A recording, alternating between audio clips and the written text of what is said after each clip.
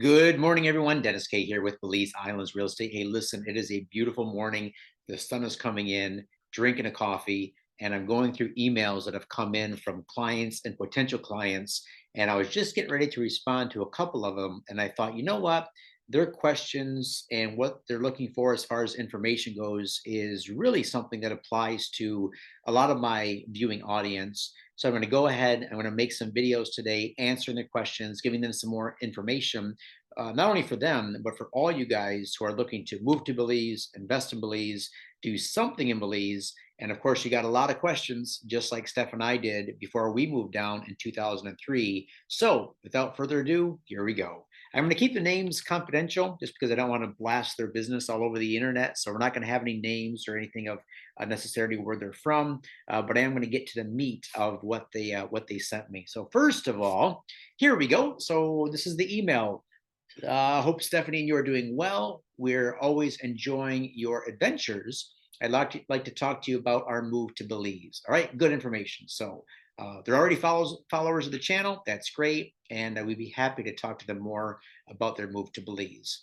It says they're planning on moving March of 2023. That's good. So I know their time frame, and it looks like they're getting their information together on property and building their home and things like that. So they want to discuss what they can do to make the move, including what area Belize we should consider moving to. All right. They want the rent to be between 500 and 700 a month. They got questions about phone, all that kind of good stuff. All right. So first of all, let's talk about the cost for long-term rentals and how that plays into where you eventually find yourself living in Belize, either short-term or long-term, and what are some of the costs that should consider. So first of all, let me just kind of get this out of the way. Ambergris Caye is the highest cost of living, or has the highest cost of living of anywhere in the country of Belize, hands down. All right. So the rent's higher, property values are higher, building costs are higher, food costs are higher. Everything has to get out to the island. All right. Also, it's a tourist destination. All right. So, for example, if you are looking for a long term rental, what you have to consider is that all the property owners that own a home or a condo or an apartment that would like to rent that out to make some money off it are going to try, in most cases, to get their hotel tax license and rent it by the night because that's where the profit is. Renting it on Airbnb or through their community, um, through whatever place manages their rentals, they're going to want to get top dollar per night rented to the vacationer who can afford to spend a lot more money than most of us who are looking for a long-term rental. All right, so that means that in general, long-term rentals on Ambergris Caye tend to be fewer than other parts of the country, and they tend to be in areas that are a little bit outside of the normal realm of where tourists would like to be. All right. So, for example, if I have a beautiful oceanfront home, I'm probably going to rent that by the night rather than long term. Whereas if I have a home maybe 3, 4, 5 lots back, maybe a quarter mile back, I understand that it's going to be difficult for me sometimes, unless my price is really good or I have a very, very unique property, but it's going to be more difficult to get the overnight tourists there because if they're saving up to come to Belize for a week, they're probably going to want to be as close to one of the beaches or tourism activities as possible. All right. Not always. Sometimes cost is such a factor that they're willing to, go inland a bit. But anyway, let me get back to my point. The rentals on Ambergris Caye are going to be fewer, far in between, and you're going to be paying a higher monthly rate. So I'm going to go through some examples with you on that. Now, if you're not set on Ambergris Caye, maybe you want to end up on Ambergris Caye long term, but in the short term, you don't mind living in other parts of the country to keep your cost of living maybe a little bit lower. So, what areas might I recommend for that? Well, Caye Caulker, you can normally get cheaper rentals long term on Caye Caulker than you can on Ambergris Caye. Also, if you want to go to the mainland, you can look at places like Hopkins or maybe even San Ignacio.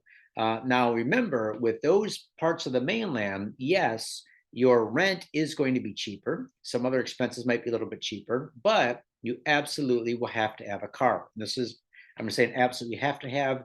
You're going to want a car if you're on the mainland, right? You're going to want to drive around, do things, go places. And that's going to be an added expense that you wouldn't have on Ambergris Key. So when you're looking at Hopkins, you got to weigh the lower rent, looking at San Ignacio, lower rent, lower food costs, with the need to have a car. And the big question is, do you want to be in San Ignacio long term? Do you want to be in Hopkins long term? So if you haven't been to the country yet, and you have all these questions in my mind or in your mind as far as where do I want to be? Where do I want to end up? Short term, long term. A strategy might be, first of all, to come down and spend 2 or 3 weeks in the country and visit the different places. And in such a small country, you don't need to spend a lot of time in the island, or excuse me, in the country to get a good overview. Definitely spend 7 to 10 days on Ambergris Key. During that time, you can pop over to Key Calker for a day or two, spend maybe 2 or 3 days in Hopkins, Placencia, 2 or 3 days in San Ignacio. That gives you enough of an overview that you can decide what you want to do. All right, so let me get to some examples of long-term rentals in these different areas. So let me pull it up. So first of all, as far as where to go to look for long-term rentals, Google is your best friend on this because you can find out so much information regarding long-term rentals, especially if you work with a real estate company. So they most likely will be in a position to find the best deals and to offer those. You can normally trust working with an established real estate company rather than just a one-off rental going with a private owner. So for example, this one here has been rented, not available, but this little beach shack here in Hopkins is going for $550 a month. All right, that seems like a really good deal. Depending on how the area is, of course, you would have to go down there and see it. Do you want to be next to this beach bar? I don't know. I don't know about the noise there. It could be a loud place, but definitely go and check it out. But $550 a month, beach shack in Hopkins. I don't know. Seems like a pretty good deal. Pretty unique little situation. Maybe for a month, maybe for 2 months. But yeah, go ahead, check out Hopkins. Another area here you can check out is, what is this? This is, I think, yeah, San Ignacio area. So you have the Bullet Tree area, San Ignacio. You have all those little villages that surround San Ignacio in the Cayo district. But for example, 2 large-bedroom, 2-bath home for rent, $650 a month, just 5 minutes outside of San Ignacio. All right, that looks like a pretty good deal. Of course, again, you'd have to go see it. Here's a Mopan River unit, 1 bedroom, 1 bath for $700 a month. $650 a month for a 2 bedroom semi-detached house near the Contiki area of San Ignacio. Again, this is all mainland prices. And for the mainland, you can pick up some pretty nice deals, but definitely go and see them first. You're going to want to check out the area, see if you like the area, and then decide, just what sort of lifestyle you're looking for. Here's a company that I recommend a lot. It's located on Ambergris Key called Belize Management. So Belize, and here you can find more upscale accommodations around the 1,200 range. So they have some 2 bedroom, 2 bath condos at Mar Laguna. Here's a nice one here, a 1 bedroom for 800. That's a really good deal because those 1 bedrooms are pretty spacious. I've been in probably a dozen of them. Very, very nice. But you can also, there was one house here that they were renting.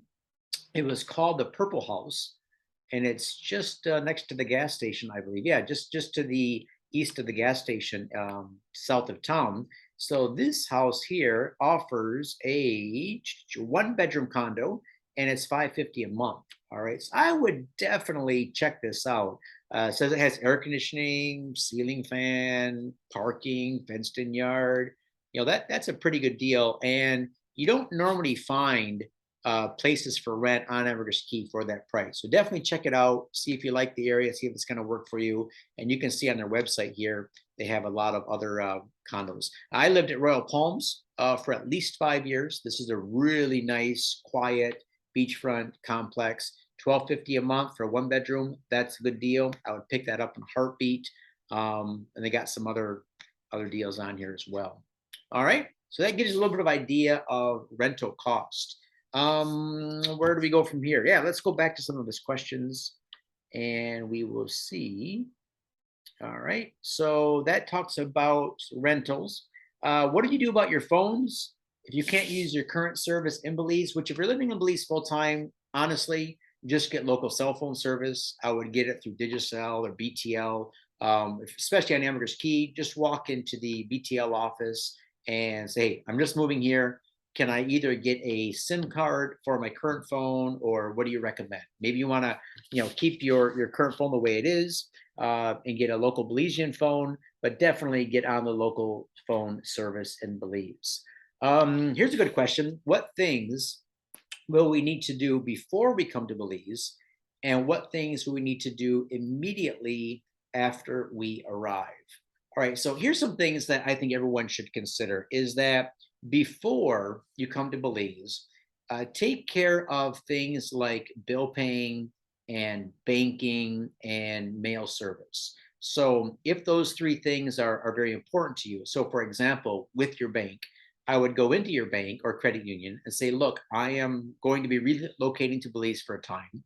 What is the easiest way for me to transfer money into the country of Belize, or to move money around? So, for example, some banks require that you physically go in to do a wire transfer or a bank transfer. Whereas if you set that up before, maybe they have some certain requirements, forms you got to fill out, where after you do that, then you're good to go. Then you can be anywhere in the world and move money around. So I would definitely look at setting, going into your bank, being transparent. So here's what I'm looking at doing. Whether or not you have a local account in Belize, we can talk about that at a different time, but definitely go in and talk to your bank. Second thing is physical mail. If you're going to keep a home address in the United States or Canada, where you have important mail that might arrive, how are you going to deal with that mail? All right, there's some services where the mail can go to a certain company. They'll open your mail, scan it, email it to you. You would just think about how you're going to, get your physical mail. The third thing I would recommend is that you consider any medications you're on that are necessary for you. So, are these medications where you can go into a pharmacy in the United States and, for example, get a 3 or 6 month prescription, from your doctor, get those, bring those down. Now you have exactly what you need for the length of stay. Um, and also, you might need to consider, are the medications that you're on available in Belize? So again, that can be done easily with an exploratory trip. Come on down for a week or two, go into the pharmacy, say, hey, look, here's a list of things I'm taking. Do you have these or anything comparable? And to go from there. But take a look at that, with your medications, because you just want to make sure that when you come down, you're healthy and haven't got yourself in any trouble. So we talked about banking. We talked about your basic health care. Talked about your phones. And what else would I recommend before you come down? Before you come down, it's about it, really. Now, after you get there, first of all, just take a few days and enjoy the heck out of it. You're in Belize, man, so don't put too much stress on you. When you get to Belize, don't plan anything for the first week if you're moving. Just get down there. Second thing is, don't bring too much stuff. Just you know, you don't even have to bring this. You don't have to bring a hat. When you land in the country, do yourself a favor and go into one of the local clothing shops, and for $100, get yourself a whole new wardrobe. Pick up 5 t-shirts, 5 swim trunks, some flip flops. You're good to go. Don't bring too much stuff down. Electronics, I would say make sure that when you come down with a newer computer or newer electronics, as new as possible, because trying to get things fixed in Belize isn't always easy. So think about, okay, if I have an old computer and it's might be on its last legs, now's the time to upgrade. All right, so that way when you get to Belize, you have a good computer, it's going to last you a while, or a tablet, whatever it is you're bringing down, phones, anything like that. I would bring down as your personal item something as new as possible. So when you get there, yeah, relax, get yourself a new wardrobe, and just start to talk to people. Go to restaurants, go to cafes, beach bars, whatever. Just start a network. Just walk into businesses. Hey, I just moved here. I'm loving Belize. Tell me something I should be doing, or tell me something I don't know. Just talk to everybody, and just have a good time with it. As far as other things like immigration, I've talked extensively about immigration before, about residency, permanent residency, working with Josie to get your QRP, all that kind of good stuff. So I won't go into that too much now. Let's take a look at any other questions that they might have. We always use debit cards in the US because our incomes are deposited automatically. All right, good. That's great. You can use debit cards anywhere in the country of Belize, most anywhere. Very, very few businesses will not accept debit or credit cards. But if you want cash, just go to ATM, pull up Belize Cash. It's not difficult. It's actually really easy to do. What you can also do is just bring down some US cash and just almost everybody accepts U.S. cash. They'll give you Belize dollars in return. But yeah, just come down, use your credit cards, pull out a little bit of money. Regarding your rentals, you normally can pay for your rentals and other things like that via bank transfer, wire transfer. So, for example, if you're going to rent something long term, maybe you sign a lease and you work it out with your landlord. Okay, I'm going to pay the last month rent and the security deposit, and say to yourself, I can even pay 6 months for the rent up front. So boom, call your bank, wire the money down either to the Belize bank account or to the landlord's US or Canadian account. Very, very easy. A couple of other things that I found good to use are a Revolut. A Revolut is an online bank. I use them quite a bit throughout the world. I use Revolut. I use Wise. So if you check out those websites, there are ways to transfer money, move money around. So check out those, Revolut, Wise.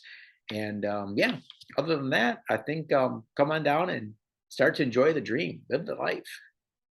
All right. All right, guys. I appreciate you emailing. Hope this was helpful. Hopefully I gave you some things to think about today as you guys plan your move to Belize.